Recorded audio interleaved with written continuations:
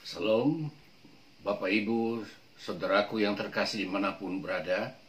Saya menyampaikan sebuah renungan singkat yang bertemakan kasih yang melampaui batas. Sebagai nats renungan ini, saya bacakan Injil Matius pasal yang kelima, ayat 46 sampai dengan 48.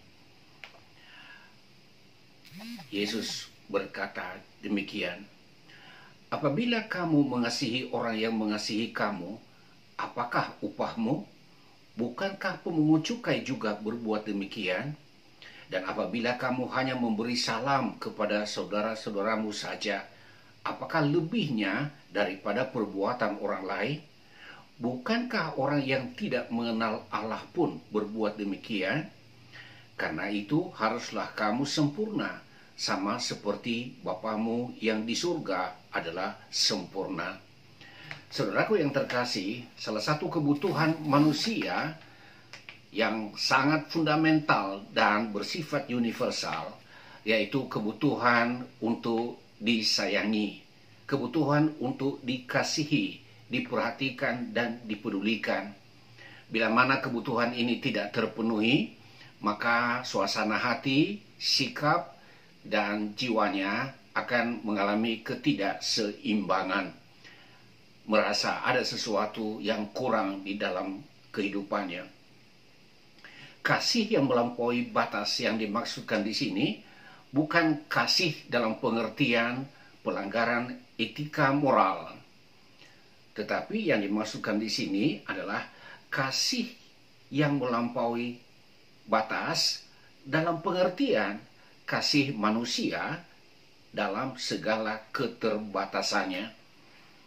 Kita mengenal secara umum istilah-istilah yang berkaitan dengan kasih. Misalnya kasih eros.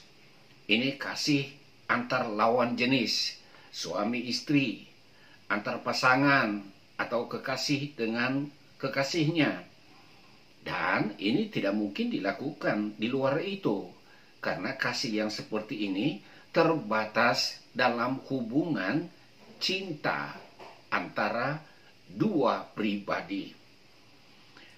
Yang kedua, ada yang disebut dengan kasih storge. Ini kasih antara hubungan keluarga. Ada hubungan darah, seperti orang tua dengan anak, dengan paman, dengan ponakan, dengan besan, dan lain-lain sebagainya. Ini juga kasih yang terbatas, sebab terbatas dalam hubungan keluarga, hubungan darah satu dengan yang lain. Yang ketiga adalah kasih filia. Ini kasih antar sesama. Namun ini juga masih memiliki batas-batas ketika orang melihat sesamanya, dia suku apa, apakah ia sama suku dengan saya, dia dari daerah mana, budayanya seperti apa. Mungkin juga melihat dari segi, pernah mereka menjadi kawan sekerja, ada hubungan dalam komunitas seperti kelompok arisan, teman seperguruan dalam silat misalnya, atau teman sekolah. Sehingga alumni-alumni mengadakan reuni karena mereka saling kangen satu dengan yang lain. Jadi ini pun memiliki keterbatasan. Terbatas pada hubungan-hubungan yang telah ada sebelumnya. Tetapi kasih yang keempat adalah kasih Allah, yang disebut dengan istilah kasih agape. Inilah kasih yang melampaui batas. Dan ini dapat kita lihat ketika Tuhan menciptakan langit bumi dan segala isinya.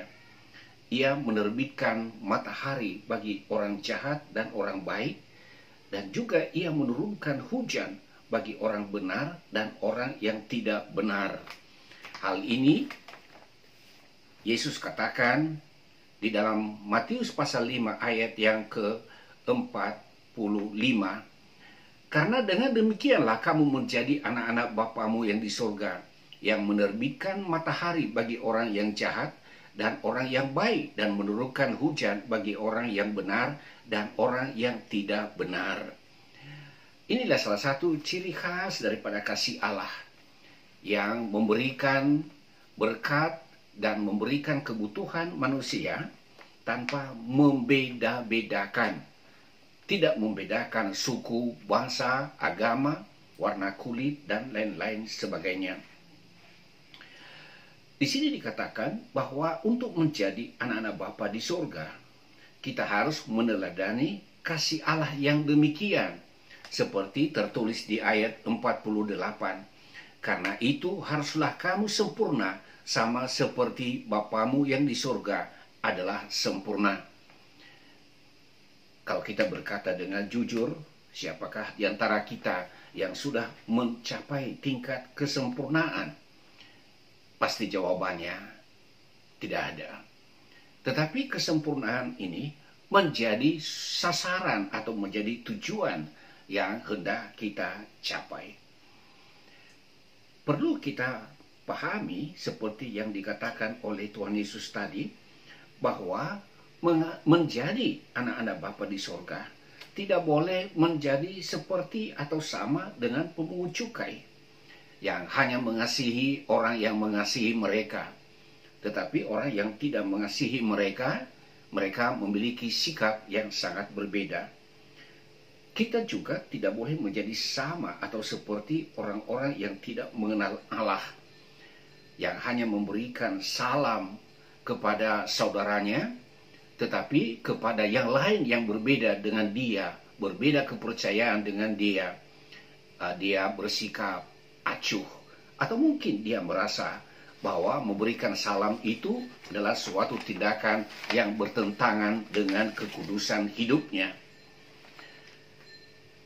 Kita perlu ingat bahwa kelahiran dan kedatangan Yesus Kristus sebagai manusia ke dalam dunia ini merupakan wujud kasih Allah yang melampaui batas.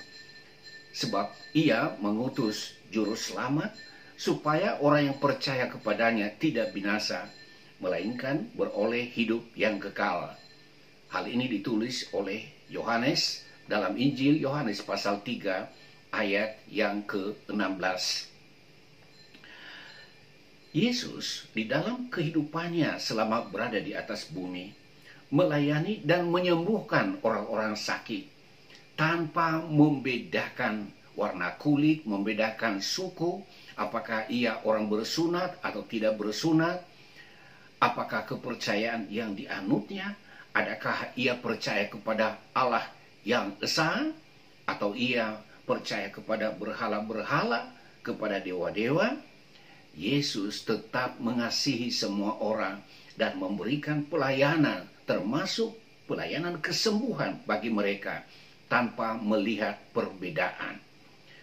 Demikian juga dengan hidup jemaat mula-mula, menarik sekali bagi semua orang yang ada di sekitarnya, sehingga mereka disukai oleh semua orang. Mengapa? Karena jemaat mula-mula ini mengamalkan kasih Allah itu tanpa membeda-bedakan suku, budaya, agama, kepercayaan yang dianut, tetapi mereka berbuat kebaikan sesuai dengan kemampuan yang ada pada mereka. Kasih Allah itu sebenarnya telah terukir di dalam hati manusia secara universal, karena manusia diciptakan oleh Allah menurut gambar dan rupanya. Dalam istilah Latin dikatakan imago Dei, artinya dalam rupa Allah. Sebab di dalam diri manusia yang diciptakan secara khusus ada kebenaran, sehingga ia tahu mana yang salah, ada kebaikan, dia tahu apa yang terpuji dan apa yang disebut mulia. Sekalipun manusia dimaksud tidak memiliki hukum Taurat seperti Taurat yang diterima oleh Musa di atas Gunung Sinai. Hal ini terungkap kepada kita kalau kita memperhatikan di dalam Kitab Roma pasal yang kedua ayat 14 dan 15. Apabila bangsa-bangsa lain yang tidak memiliki hukum Taurat oleh dorongan diri sendiri melakukan apa yang dituntut hukum Taurat, maka walaupun mereka tidak memiliki hukum Taurat, mereka menjadi hukum Taurat bagi diri mereka sendiri. Sebab dengan itu mereka menunjukkan bahwa isi hukum Taurat ada tertulis di dalam hati mereka, dan suara hati mereka turut bersaksi, dan pikiran mereka saling menuduh atau saling membela. Saudaraku yang terkasih, orang-orang yang tidak memiliki kitab suci, orang-orang Yahudi dalam agama Yahudi, dan secara khusus misalnya kitab Taurat yang diterima oleh Musa, itu tidak menjadi alasan bahwa orang tersebut tidak tahu membedakan mana yang baik dan mana yang benar, mana yang salah dan mana yang dosa. Sebab di dalam hati manusia telah tertulis apa yang Tuhan kehendaki. Itulah sebabnya tanpa orang membaca kitab suci pun, kalau ia ditanya apakah mencuri itu salah, mencuri itu dosa, pasti dia tahu. Ya, itu dosa, itu salah, itu melanggar. Kalau ditanya apakah menolong seseorang, menolong sesama itu baik, orang langsung bisa menjawab, ya itu baik, sekalipun ia tidak membaca kitab suci manapun juga. Karena di dalam hati manusia telah terukir tentang kebenaran yang Tuhan kehendaki. Saudaraku yang terkasih, kalau kita memperhatikan orang Samaria yang murah hati, ya ini diungkapkan oleh Tuhan Yesus tatkala seorang ahli Taurat mencobai dia dan berkata kepadanya, seperti tertulis di dalam Lukas pasal 10 ayat 25 sampai ayat yang ke-37. Saya bacakan demikian. Orang Samaria yang murah hati. Pada suatu kali berdirilah seorang ahli Taurat untuk mencoba Yesus. Katanya, "Guru, apa yang harus kuperbuat untuk memperoleh hidup yang kekal?" Jawab Yesus kepadanya, "Apa yang tertulis di dalam hukum Taurat? Apa yang kau baca di sana?" Jawab orang itu, "Kasihilah Tuhan Allahmu dengan segenap hatimu, dan dengan segenap jiwamu, dan dengan segenap kekuatanmu, dan dengan segenap akal budimu, dan kasihilah sesamamu manusia seperti dirimu sendiri."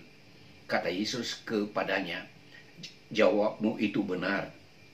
Perbuatlah demikian, maka engkau akan hidup."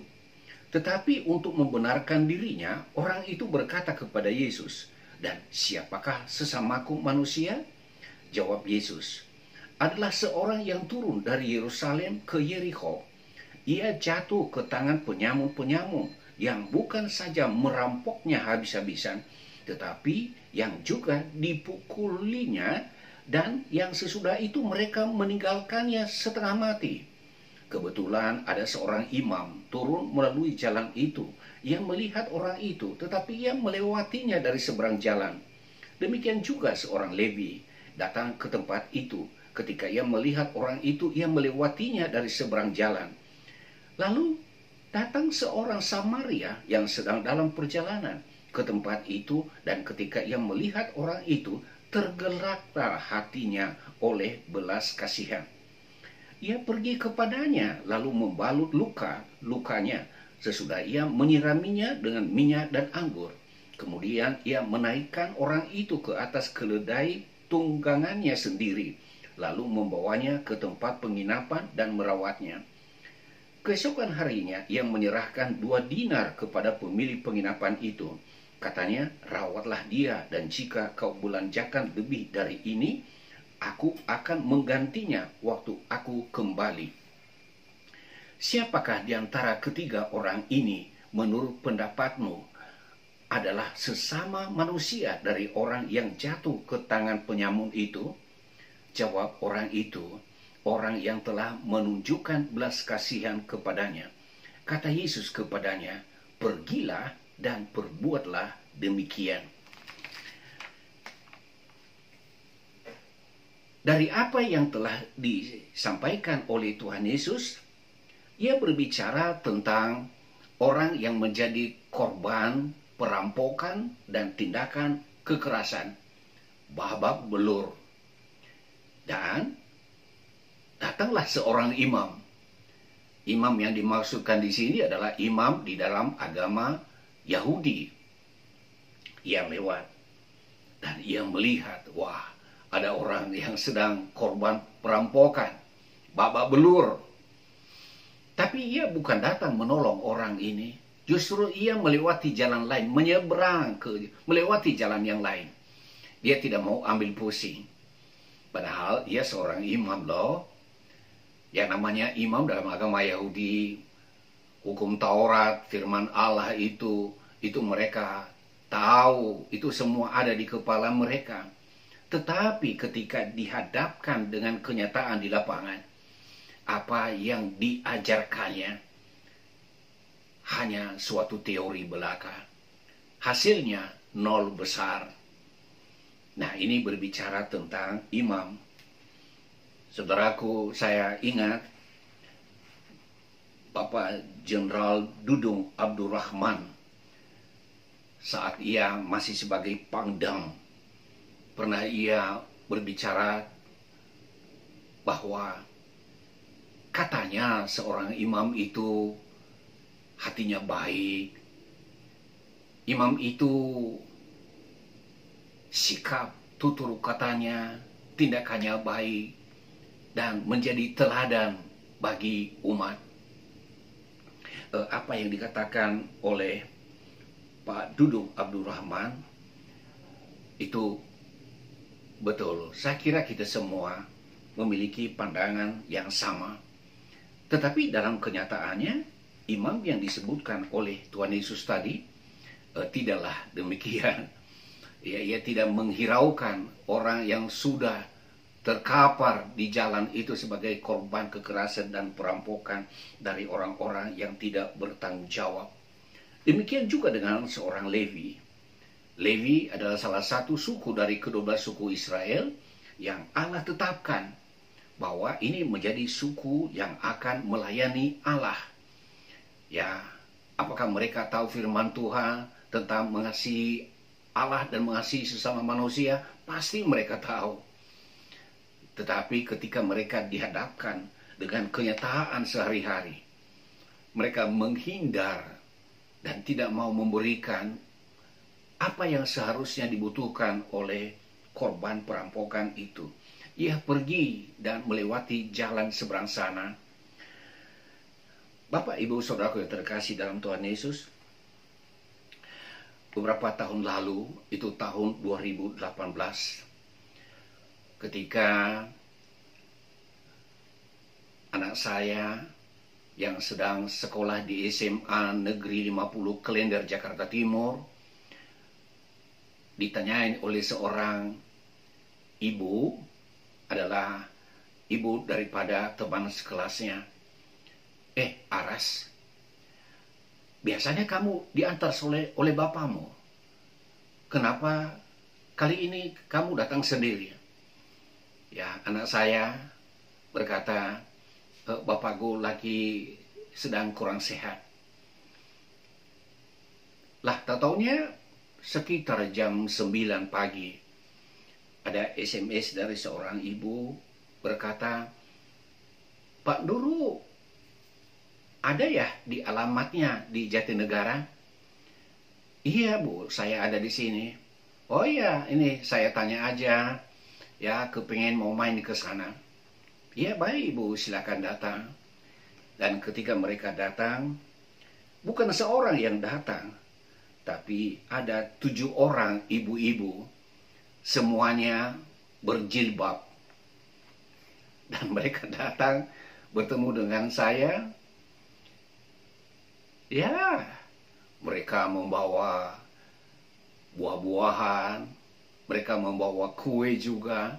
Dan saya berkata, ibu-ibu, kenapa repot-repot datang ke sini?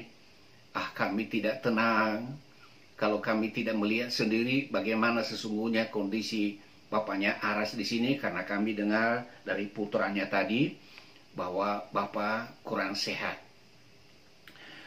Saudaraku yang terkasih, saya masih ingat peristiwa itu. Bahkan saya bisa katakan itu pengalaman pertama yang kualami seumur hidup saya. Aku dikunjungi oleh ibu-ibu yang agamanya pasti Islam. Mereka datang dengan berjilbab. Di sekolah itu kami ada semacam grup WA orang tua murid. Jadi kalau ada kecelakaan, apakah sakit di antara orang tua murid atau di antara murid, kami saling share. Ya, kami bertukar pikiran dan kami akan mengusulkan apa yang akan kami lakukan. Dan biasanya kami selalu mengambil bagian itu ya sesuai dengan keikhlasan masing-masing dalam bentuk bantuan konkret tanpa membeda-bedakan agamanya apa, suku apa, daerah apa. Ya, ibu-ibu tadi ini setelah kami berbincang-bincang, lalu mereka minta untuk pamit pulang. Dan saat pulang saya mengantar mereka ke jalan besar di depan. Dan kami melewati samping rumah Ibu RT. Dan Ibu RT dia memperhatikan kami ketika kami jalan sambil berbincang-bincang. Dan saat saya pulang, saya kembali lagi lewat di depan rumah Ibu RT dan bertanya, Pak Pendeta, tadi saya perhatikan tampak akrab banget dengan ibu-ibu itu. Kok bisa punya teman-teman ibu berjilbab semuanya? Saya kasih tahu sama Ibu RT, Ibu itu orang tua murid di mana sekolah Aras bersekolah di SMP Negeri 50 Klender, Jakarta Timur. Kenapa hanya ibu-ibu saja? Kok bapak-bapaknya nggak ada? Ya saya bilang, bapak sibuk bekerja. Jadi mereka datang mengantar anaknya di sekolah, sekalian mereka menengok aku karena mereka dengar aku sedang kurang sehat. Bapak Ibu, itu hal yang sangat berkesan. Karena di antara kami, sekalipun berbeda soal agama kepercayaan, tetapi dalam kehidupan sosial, kami saling memperhatikan tanpa membeda-bedakan satu dengan yang lain. Sekarang pun, kalau aku pergi ke Jakarta, khususnya di Jatinegara, dan kebetulan kami bisa bertemu dan, Bapak Aras mau kemana? Ya, jadi walaupun anak saya itu sudah selesai studi SMA di SMA Negeri 50 Klender, tetapi orang tua murid kalau bertemu di mana-mana masih terlihat sangat akrab. Saudaraku yang terkasih di dalam Tuhan Yesus, kita diciptakan oleh Tuhan dalam rupa Allah, imago Dei.